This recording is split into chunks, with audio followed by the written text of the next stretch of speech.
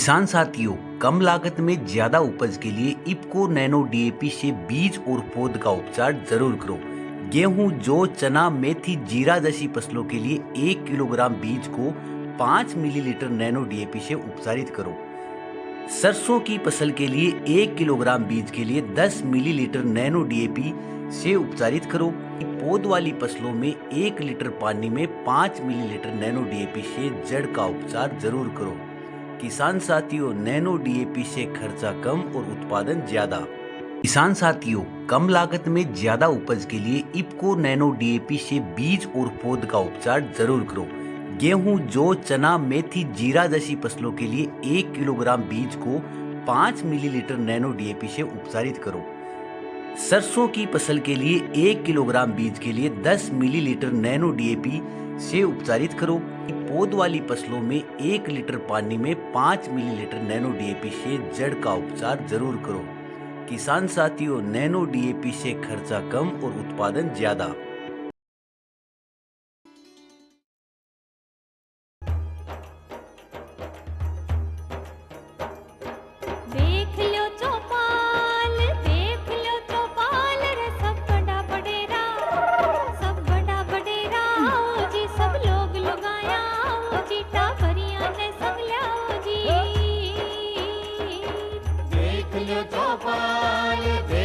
चौपाल रे सब बड़ा बडेरा, सब बड़ा बडेरा वो जी, सब लोग लगाया वो जी, टाबरिया ने समझा वो जी।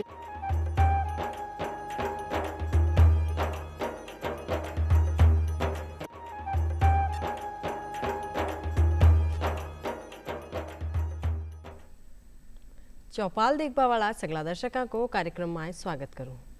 दर्शक भाई बहनों, चौपाल कार्यक्रम में मैं ले रहता रहे वहाँ थाकी खातर जानकारियाँ, जा जानकारियाँ का माध्यम से आपा बड़ा हाँ विकास की राह पर आ गए और विकसित भारत को जो सपनों आपा देखा हाँ भी सपना ने साकार करा हाँ।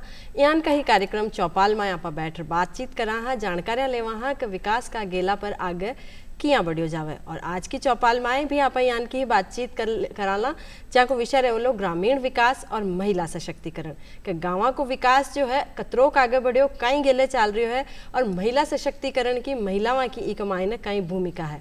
और कार्यक्रम में जानकारी देवा की खातर बातचीत करवा की खातर अपनी साथ कार्यक्रम में पधार्या है प्रोफेसर डॉक्टर अनीता जी। आपको कार्यक्रम में स्वागत करूँ हूँ।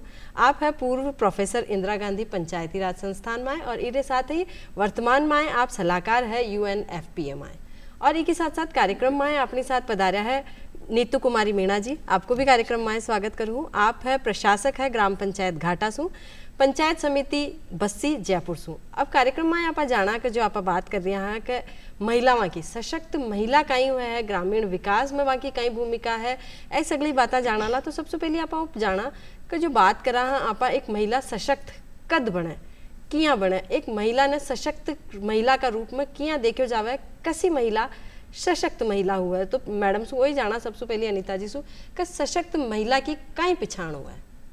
देखिए, आपने बहुत सही सवाल उठाया। सशक्त महिला की पहचान है कि वो स्वस्थ हो, शिक्षित हो, सुरक्षित हो और अपने जीवन के और समाज के फैसले लेने में सक्षम हो। वो किसी पर निर्भर ना हो, दूसरों का मुंह ना ताके जिंदगी के और समाज के आगे बढ़ने के फैसले लेने के लिए। वो स्वयं सक्षम है और आत्मनिर्भर है, आर्थिक रूप से, सामाजिक रूप से, राजनीतिक रूप से, और जिंदगी में जो भी मानव अधिकार हैं समाज को दिए हुए, भारत भी उनका समर्थक है, दुनिया उनकी समर्थक है, वो सारे मानव अधिकारों को भोगने में सक्षम है।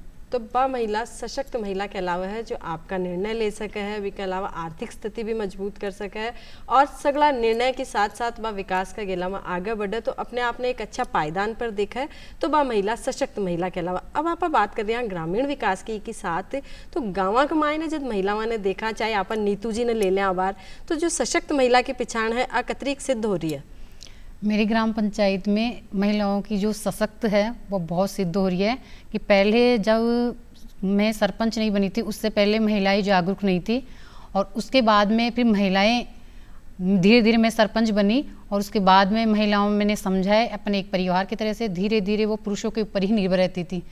जैसे मैंने उनको बुला के उनकी ग्राम सभा की ग्राम महिला मीटिंग करवाई उनकी, तो धीरे धीरे वो सब चीज़ पे निर्भर हो गई है और खुद अपना आके मेरी ग्राम पंचायत में अपना काम कर रही है। वो एक सशक्त हो गई है, अब किसी पुरुषों के ऊपर निर्भर नहीं है। तो आपकी निर्भरता में आपकी खुद की देखी तो बांको में आत्मनिर्भर भी बनी, आर्थिक निर्भर भी बनी, सामाजिक भी आगे बढ़ी, तो आज मैं सशक्त महिला का रूप में आपकी पहचान बनाई। बिल्कुल सशक्त महिलाओं की।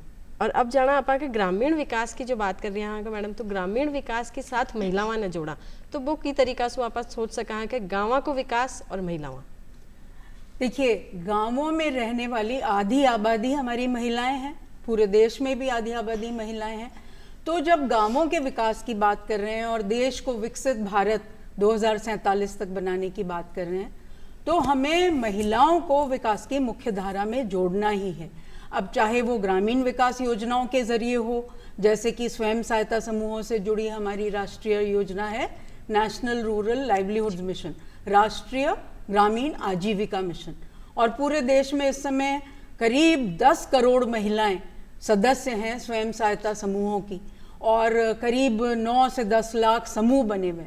तो ये एक बहुत बड़ी क्रांति है। महिलाएं संगठित होकर अपने आर्थिक आत्मनिर्भर होने के प्रयास कर रही हैं और साथ में सामाजिक सरोकारों से जुड़ रही हैं। इसी प्रकार अगर पंचायती राज संस्थाओं को देखें तो हमारे देश में जो पंचायती राज संस्थाओं में करीब 28 में से 22 राज्यों में तो 50% महिला आरक्षण लागू हो चुका है, क्योंकि पंचायती राज राज्य का विषय है और राज्यों के कानून बदले हैं। तो 22 राज्यों में तो 50% महिला आरक्षण है, और देश में भी 73वें संविधान संशोधन 1993 से लागू हुआ, तब से कम 1/3 सीटों पे तो महिलाएं ही चुन के आती हैं। तो अब इस समय हमारे देश में 46% जनप्रतिनिधि महिलाएं हैं। ये बहुत बड़ी तादाद है, क्योंकि ग्रामीण भारत की सारी योजना बनाने का काम, उन योजनाओं को क्रियान्वित करने का काम, और महिलाओं की और पूरे ग्रामीण भारत की खुशहाली बढ़ाने का काम कमान आधी से ज्यादा महिलाएं संभाले हुए। इसी प्रकार अगर सहकारी समितियों को देखें तो सहकारी समितियों में भी महिला सदस्यता बहुत ज्यादा है। खासतौर से दुग्ध सहकारी समितियां, डेयरी कोऑपरेटिव्स देखें तो करीब 1.5 लाख सहकारी समितियां देश में महिलाएं चला रही हैं, डेयरी कोऑपरेटिव्स। और अब तो 2023 में जो कोऑपरेटिव्स का कानून बदला है, उसमें हर कोऑपरेटिव इलेक्टेड निर्वाचित बोर्ड में कम से कम 2 महिला सदस्य अनिवार्य कर दी गई हैं। तो चाहे सहकारी समितियां लीजिए, चाहे आप महिला स्वयं सहायता समूह लीजिए, चाहे आप पंचायतों में महिला भागीदारी लीजिए, आज महिलाएं घरों में कैद नहीं हैं। आज महिलाएं सार्वजनिक जीवन में उतर चुकी हैं, नेतृत्वकारी भूमिकाएं निभा रही हैं। तो ये हमारे ग्रामीण अर्थव्यवस्था को मजबूत करनी है। और जिससे पहले कि हम उन्हें भूल जाएं, सबसे जरूरी बात है महिला किसानों को ताकत देने की। और इस साल 2026 को अंतर्राष्ट्रीय वर्ष महिला कृषकों के लिए घोषित संयुक्त राष्ट्र संघ ने किया है, और इस कारण हमें अपनी नीतियों में कृषि को आगे बढ़ाने में, महिलाएं कृषक शुरू से कृषि व्यवस्था को संभाल रही हैं, संवार रही हैं, उनको और संबल देने के लिए हमें अपनी नीतियों को कारगर बनाना है। बिल्कुल, बहुत बढ़िया प्रयास है। और आपने वो सोचबा की या कोई ना पूछबा की कहबा की जरूरत ही कोनी के कहीं अपना प्रदेश की महिला सशक्त है, क्योंकि आपा बताया, मैडम बताया कि 50% पंचायती राजा में आपने महिलावां आरक्षण है। तो पूछबा और देखबा की, सोचबा की बिल्कुल आवश्यकता है। कोई दिखती बात है कि अपनी महिला सशक्त महिला का रूप में आगे बढ़ रही है। अब जब बात करा गाँव का विकास की, तो आपा सोचा कि जो गाँव का विकास को जो महिला हितैषी है या बालिका हितैषी है, वो की तरीका से बनाबा को प्रयास कराया जा रहा है। गाँव के अंदर देखा जाए तो महिलाएं खुद, जैसे वहाँ पे पंचायत में खुद एक महिला जाके वहाँ पे फैसला ले रही है। उधर 50% महिलाएं बैठी है और 50% पुरुष बैठे हैं। उसमें कोई अगर कोई फैसला ले तो महिला खुद पर आत्मनिर्णय हो लेके फैसला ले लेती है। और जहाँ पे कोई विवाद के काम होते हैं तो खुद महिला वहाँ पे जागरूक होकर वहाँ पे सारे काम कर रही है।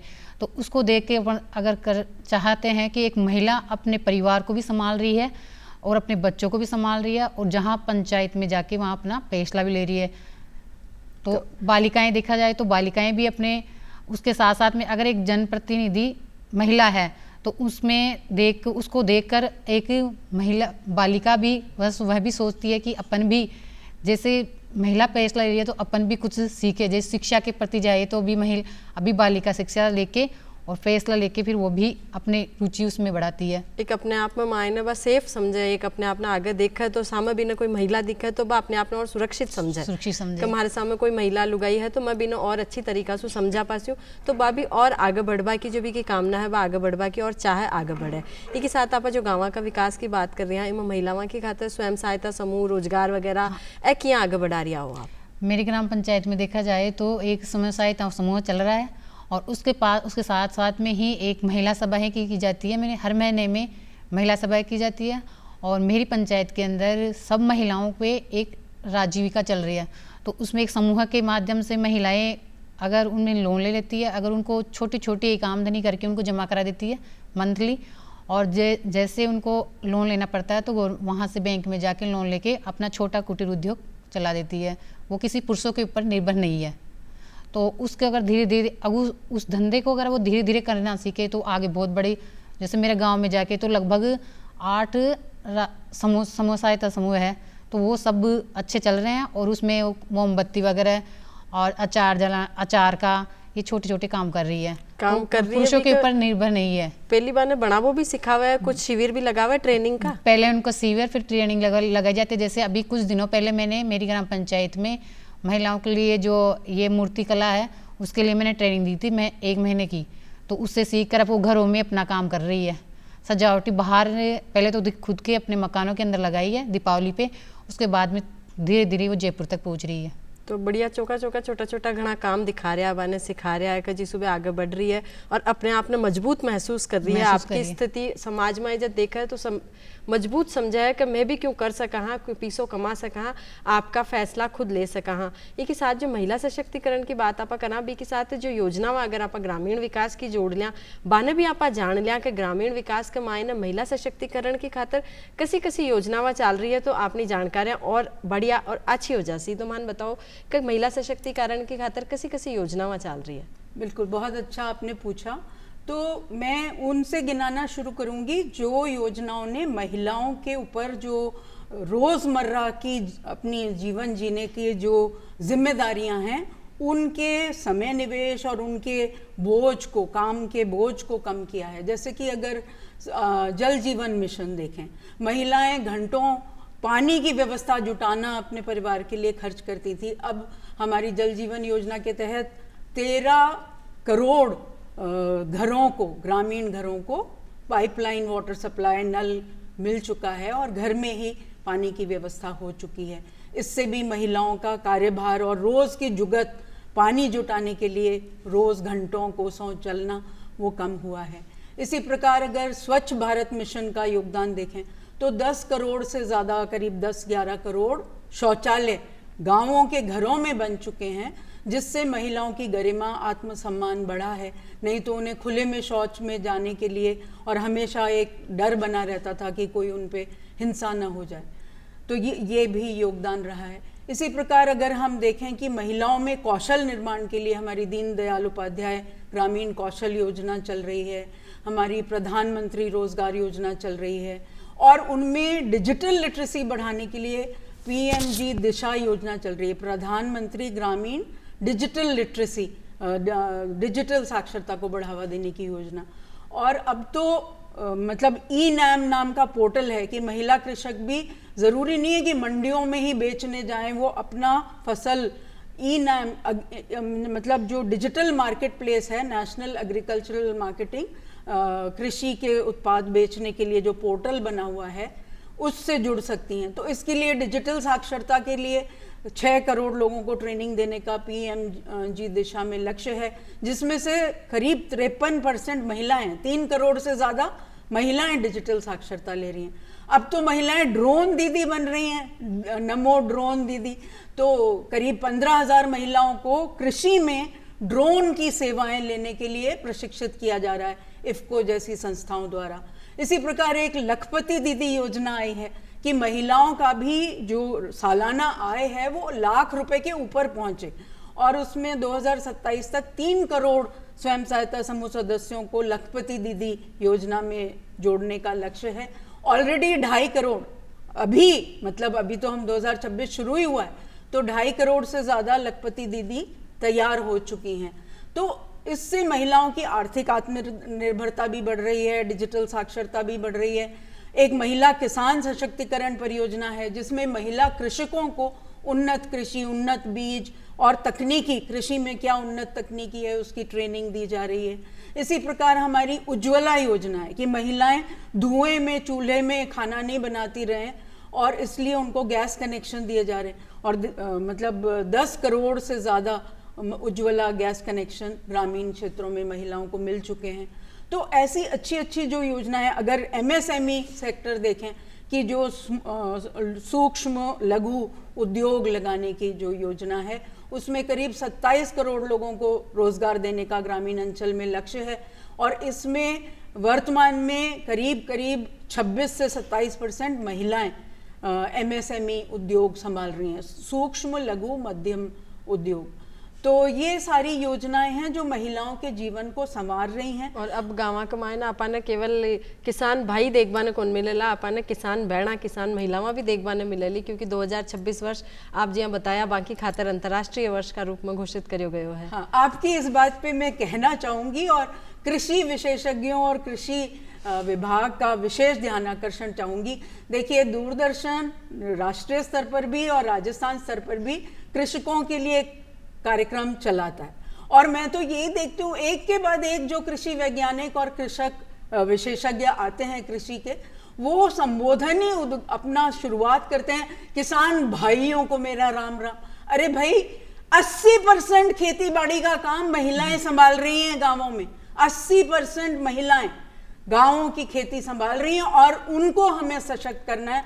तो ये आपसे सबसे आह्वान है कि आप आगे से किसान कार्यक्रमों में जो भी दूरदर्शन से प्रसारित होते हैं, कृषक बहनों को भी संबोधित करिए, केवल किसान भाइयों को राम राम करके मत खत्म कर दीजिए। इसलिए 2026 ना आप ई तरीका से अंतर्राष्ट्रीय वर्ष घोषित करें यहाँ का किसान जो अपनी बहना है वह भी आगे बढ़ रही। हाँ, और इसमें एक बात और, क्योंकि सरपंच बहन भी हमारे साथ बैठी हैं, मैं आपका भी ध्यान आकर्षण चाहूंगी और पंचायतों का विशेष ध्यान आकर्षण चाहूंगी कि देखिए 80% खेती बाड़ी तो महिलाएं कर रही हैं, लेकिन कृषि की जमीनों पे मालिकाना हक, स्वामित्व मात्र 12% महिलाओं को नसीब में है। आज भी हमारे देश में मात्र 12% महिलाएं के खेती बाड़ी की जमीन की मालिक हैं। तो जब भी आप पट्टा बांटते हो, पट्टे बांटने के शिविर लगाते हो, तो आप लोगों को पहल पंचायतों को ये करनी चाहिए कि संयुक्त नाम से, पति पत्नी के संयुक्त नाम से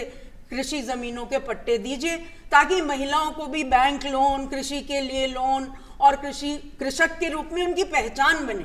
इसके पीछे बात ही ये है क्योंकि पुरुष दर पुरुष, पीढ़ी दर पीढ़ी पुरुषों में ही जमीन का हस्तांतरण होता आया है। इस कारण महिलाओं को किसान के रूप में पहचाना ही नहीं जाता।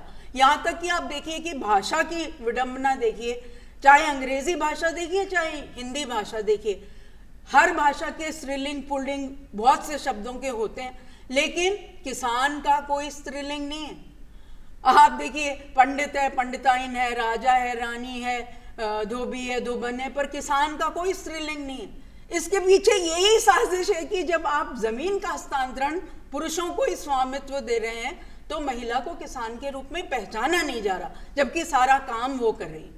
तो अब इस महिला कृषकों के अंतर्राष्ट्रीय वर्ष में पूरे दुनिया में और विशेषकर भारत देश में विकसित भारत अगर हमें बनाना है 2047 तक, तो महिलाओं को बराबरी का जमीन पे स्वामित्व मिले, कृषि की जमीनों पे मालिकाना हक मिले, इस पर ध्यान देना है। तो एक सरकार भी बहुत बढ़िया प्रयास कर रही है कि 2026 में वह वर्ष घोषित करो है महिलाओं की खातर, किसाना की खातर। तो वह जरूर आगे बढ़ेली और धीरे धीरे छोटा छोटा प्रयास आपा भी कराला, तो बाना आगे बढ़ा पावाला और आगे वहाँ का विकास का गेला में आपा आगे बढ़ पावाला। अब जो गाँव का विकास की आपा बात कर रही हैं, हाँ, तो गाँव का विकास का मायने यहाँ जान सका आपा कि सगली चीज चाहिए यहाँ कोनी के एक ही गेला या एक ही चीज से विकास आपा पूरो कर सका। बिकी खातर अपन शिक्षा भी चाहिए, बिकी खातर अपन स्वच्छता भी चाहिए, बिकी खातर अपन चोखो स्वास्थ्य भी चाहिए। ए सगला मिल रही आपा विकास का गेला पाए आगे चाल सका। हाँ, तो आप जो ए सगली बातों का प्रयास है, जहाँ स्वच्छता का, स्वास्थ्य का, आका प्रयास कहीं कहीं कर रिया हो? अभी थोड़ी देर पहले डॉक्टर अनिता जी ने बताया कि महिलाओं को आगे बढ़ाने के लिए मैं मेरी ग्राम पंचायत के जितने भी मैंने काम करवाए हैं, जैसे पट्टे वगैरह दिए हैं, सब महिलाओं के नाम से दिए हैं। उससे महिलाएं खुद समूह में वहाँ के आके खुद अपना पट्टा ले रही है, फोटो आ रही है पेपर में, तो खूब खुद के ऊपर खुशी की बात हो रही है उसमें। तो जैसे मेरी वहाँ पे ग्राम सभा होती है, उसमें भी महिला बराबर, पुरुषों के बराबर महिलाएं आ रही है। तो धीरे धीरे मैं एक महिला हूँ, तो उससे देख के उसको पता चल रहा है कि महिला है, बेटी है, तो उनको धीरे धीरे आगे बढ़ रही है। जैसे अभी इन्होंने बताया कि मेरी ग्राम पंचायत में महिलाओं की क्या भागीदारी है।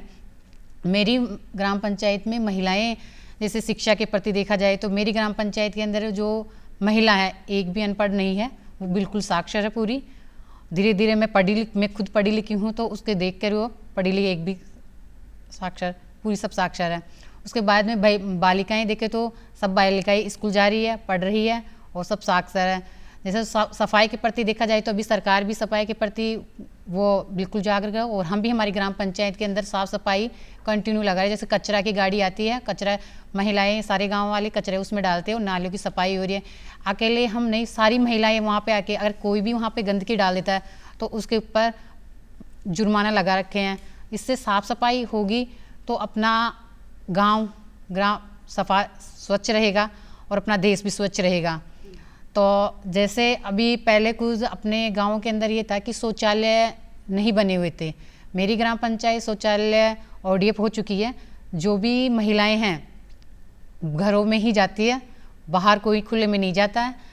उनको स्टार्ट में ज़रूर थोड़ा सा लगा कि ये क्या बना रहे हैं, पानी कहाँ से लेके आएंगे, वो कहाँ से लेके आएंगे, पर अब उनको ये आदत हो गई है कि खुले में नहीं जाना, अंदर ही जाना है। तो उसको जैसे पहले महिलाएं, जैसे अभी बीसलपुर वाली बताए हैं, तो बीसलपुर वाला, तो पहले महिलाएं क्या 1 किलोमीटर दूर जाती थी पानी भरने के लिए। तो वो धीरे धीरे जब बीसलपुर आ गया तो घर कनेक्शन, तो धीरे धीरे वहीं पे टूटी खोली, वहीं पानी भर लेते हैं। तो जैसे 5 दिन में आए, 2 दिन में आए पानी, पर उनको एक फिक्स हो गया कि हाँ पानी आएगा। तो मेरी ग्राम पंचायत में महिलाओं की ये भागीदारी कि वो स्वच्छ के प्रति, शिक्षा के प्रति, और जैसे ग्राम सभाएं वगैरह होती है, जहाँ कोई मीटिंग होती है उसमें तुरंत आ जाती है, भैया आज वहाँ मीटिंग है, वहाँ जाना है। वो किसी के पुरुषों के ऊपर निर्भर नहीं है। तो मेरे को लग रहा है जैसे 2026 के अंदर आप बता रहे हो कि अंतर्राष्ट्रीय महिला घोषित हो गया, तो कृषकों के लिए, कृषकों के अंदर भी महिलाएं बिल्कुल बढ़ चढ़ के लेके भागती है। जैसे कोई कृषकों की मीटिंग होती है, उसमें पुरुष नहीं आते बल्कि महिलाएं आती है मेरी ग्राम पंचायत में। तो वो धीरे धीरे परिवर्तन तो आ ही गया मेरी पंचायत में। और अब जब स्वच्छता का आगे चला आपा, तो अच्छो जब स्वास्थ्य स्वच्छता चारू में रेवली, तो स्वास्थ्य के प्रति, जैसे वहाँ पे मैं खुद ने हॉस्पिटल बनाया, वहाँ पे हॉस्पिटल बना हुआ है, और पशु के सारे वहीं पे है। तो वो खुद भी न कि पुरुषों के ऊपर जाके, खुद जाके हॉस्पिटल में NM के पास जाके जांच वगैरह करवा लेती है, और बाहर नहीं जाना पड़ता उसको। तो लुगाया की खुद की भी भागीदारी देखने में मिला है कि राजी हो रही है, जिया स्वयं सहायता समूह चल रही है, अभी के साथ सहकारी समितियां चल रही है, तो वहाँ हिस्सों ले बिल्कुल औरतें वहाँ पे हिस्सा लेती है, और अपना छोटे छोटे वो दुकानें वगैरह खोल रखी है उन्होंने, उसके लोन से लेके बैंकों से। तो वो बहुत खुशी होती है। कभी कभी बैठ जाती है तो मेरे को बताती है कि हाँ, मैं भी उनको, अगर उनको कुछ समझ में नहीं आता तो मेरे से पूछती हूँ, मैं उनको समझा देती हूँ। तो बिल्कुल ऐसा सगला आयाम है जो आपने साथ में लाना पड़सी, एक पायदान पर लाना पड़सी, जब आपा विकास का गेला पर आगे बढ़ सका। हाँ, तो जो आपा बात कर दिया है कि ऐसा अगली चीज़ें तो गाँव का विकास की खातर जरूरी है, कि स्वच्छता जरूरी है, शिक्षा जरूरी है, तो सगली चीज़ें सो मिल रही विकास को गेलो आगे बढ़ाया जा सका है। तो जी बात करा शिक्षा, तो शिक्षा को कहीं जरूरी है, महिलाओं की खातर ले लो चाहे विकास की खातर ले लो, तो की तरीका से देखो जानो चाहे जे बिना। देखिए, अभी साक्षरता में तो जैसा हमारे नीतू बहन ने बताया, महिला साक्षरता भी बढ़ी है, लेकिन शिक्षा में अभी भी देखने में यही आता है, क्योंकि राइट टू एजुकेशन एक्ट 2009 अप्रैल से लागू हो गया, शिक्षा का अधिकार अधिनियम, तो 8वीं तक की, उसमें 6 से 14 साल के बच्चों के लिए अनिवार्य शिक्षा है। तो 8वीं तक तो पढ़ाते हैं बच्ची को, क्योंकि निःशुल्क शिक्षा है, सरकारी स्कूलों में निःशुल्क यूनिफॉर्म भी मिलती है, पाठ्य पुस्तकें भी मिलती है। लेकिन 8वीं के बाद जैसे जैसे बच्ची को माहवारी आने लगती है तो उसकी पढ़ाई छुड़ा देते हैं, और अभी भी बाल विवाह हमारे प्रदेश में ख़त्म नहीं हुए, अभी भी वो बाल विवाह की कुरीति जारी है। और बच्ची को 8वीं के बाद की ऐसे तो पराया धन है, करनी तो शादी है, घर संभालना है, पढ़ा लिखा के क्या करेंगे। ये जो जेंडर भेदभाव है इसको खत्म करना होगा और हमें आगे उच्च शिक्षा के लिए भी अपनी बेटियों को बढ़ावा देना होगा कि वो ना केवल स्कूली शिक्षा 12वीं तक पूरी करें, उच्च शिक्षा की ओर भी आगे बढ़ें। और शिक्षा में ये जो भेदभाव है कि लड़कियों को तो अगर कॉलेज जा भी रही हैं तो आर्ट्स दिला देंगे या कला संकाय या होम साइंस, और लड़के पढ़ेंगे मैथ, साइंस, इंजीनियरिंग। ये जो भेदभाव है ना कि लड़के तो इंजीनियर बनेंगे, डॉक्टर बनेंगे, लड़कियां जो हैं वो घरेलू कार्यों की ही शिक्षा लें, शादी तक पढ़ लें जितना पढ़ सकती हैं, तो ये भेदभाव खत्म करना होगा। इसको कहते हैं जेंडर विभेद। Stem disciplines, science, technology, engineering, mathematics, इनमें भी हमें जेंडर भेदभाव खत्म करना है, ताकि अभी हमारे देश में चाहे आप नासा और चाहे कोई भी मिशन देखो, अंतर्राष्ट्रीय स्पेस मिशन, महिला साइंटिस्ट खूब योगदान दे रही हैं। चाहे हमारे एयरफोर्स के पायलट्स देखो, उसमें महिलाएं खूब योगदान दे रही हैं। तो ऐसा, और गांवों में महिलाएं ड्रोन उड़ाना सीख रही हैं। ऐसा कोई काम नहीं है जो महिलाएं नहीं कर सकती। ज़रूरत है कि परिवारों का सोच बदले, और इसी के लिए देश में एक सुकन्या समृद्धि योजना भी चल रही है जिसका लक्ष्य ही ये है कि जेंडर भेदभाव खत्म हो। ये आशीर्वाद नहीं दिया जाए कि बेटा ही पैदा हो, पुत्र रत्न प्राप्त हो। आशीर्वाद की परंपरा भी बदलिए, बेटियों का भी स्वागत करिए, और उसमें आप 250 से लेकर 1.5 लाख रुपया सालाना अपनी बेटी के नाम से बैंक खाते में निवेश करते हैं, और 21 साल तक आप निवेश कर सकते हैं। उसको बेटी की शिक्षा के लिए भी उस फंड को इस्तेमाल कर सकते हैं।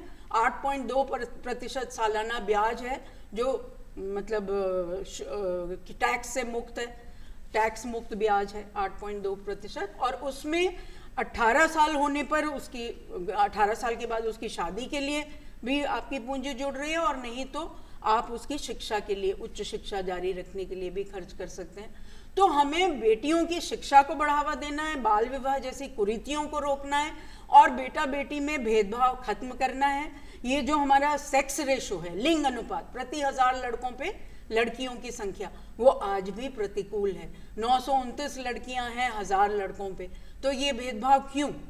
तो हमें बेटियों को भी जन्मोत्सव मनाने हैं। बेटियों के लिए हमारी पिपलांतरी पंचायत में एक कन्या जन्म पे 111 पेड़ लगाए जाते हैं। बिल्कुल, सरकार भी काफ़ी अच्छा प्रयास कर रही है, पंचायता का माध्यम से भी और लोगों का माध्यम से काफ़ी अच्छी योजनावां सरकार ले आ रही है। जिसमें महिला सशक्तिकरण की जो बात आप करा तो वो और आगे बढ़ रही है। बेटिया ने शिक्षा का क्षेत्र में ले लो, चाहे रोजगार का क्षेत्र में ले लो, और आगे बढ़ावा का प्रयास लगातार सरकार कर रही है, और आगे आप प्रयास करता रहेवाला, सगला मिलता रहेवाला, जानकारियाँ लेता रहेवाला, तो विकास का गेला पर आगे बढ़ता ही जावाला। आभार कार्यक्रम में लेवाला इजाजत।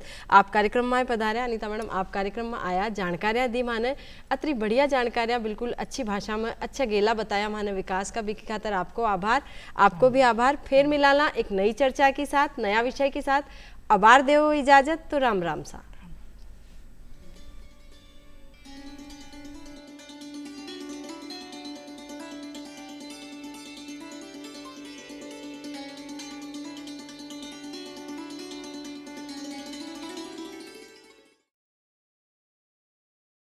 किसान साथियों, कम लागत में ज्यादा उपज के लिए इफ्को नैनो डीएपी से बीज और पौध का उपचार जरूर करो। गेहूं, जौ, चना, मेथी, जीरा जैसी फसलों के लिए 1 किलोग्राम बीज को 5 मिलीलीटर नैनो डीएपी से उपचारित करो। सरसों की फसल के लिए 1 किलोग्राम बीज के लिए 10 मिलीलीटर नैनो डीएपी से उपचारित करो। पौध वाली फसलों में 1 लीटर पानी में 5 मिलीलीटर नैनो डीएपी से जड़ का उपचार जरूर करो। किसान साथियों, नैनो डीएपी से खर्चा कम और उत्पादन ज्यादा।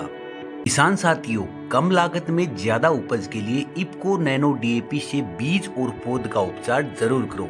गेहूं, जौ, चना, मेथी, जीरा जैसी फसलों के लिए 1 किलोग्राम बीज को 5 मिलीलीटर नैनो डीएपी से उपचारित करो।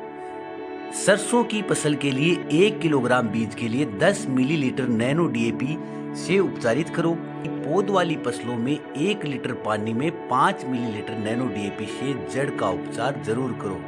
किसान साथियों, नैनो डीएपी से खर्चा कम और उत्पादन ज्यादा।